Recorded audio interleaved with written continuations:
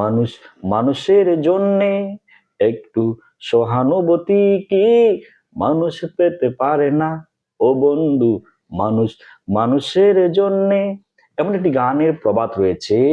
এটি কেন বলছি, বর্তমানে শীতকাল চলছে আমাদের বাংলাদেশের, যেখানে এই শীতের প্রভাব শিশু ও বৃদ্ধ এবং গরিব অসহায় কষ্ট করেছেন।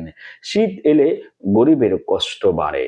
ভোরের কুয়াশা দেখে যায় পথঘাট ও মাঠ, শিশির ভেজা প্রকৃতি যতই সুন্দর হোক, শীত এলেই অসহায় মানুষের জীবনে নেমে কাঁপুনি আর দুশ্চিন্তা।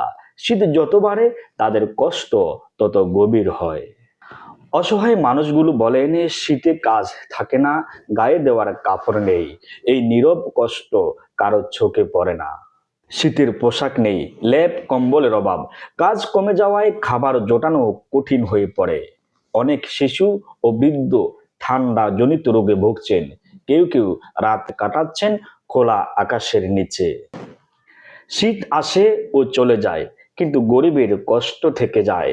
এই সময়ে সমাজের বিত্তবানদের প্রতি মানবিক আহ্বান, কম্বল, একটি শীতের পোশাক বা সামান্য সহানুভূতি পারে কোনো অসহায় মানুষের জীবনকে একটু উষ্ণ করে তুলতে। আসুন, যেখানে থেকে পারি সেখান থেকে অসহায় মানুষের পাশে থাকার চেষ্টা করে। ভালো থাকবেন, সুস্থ থাকবেন।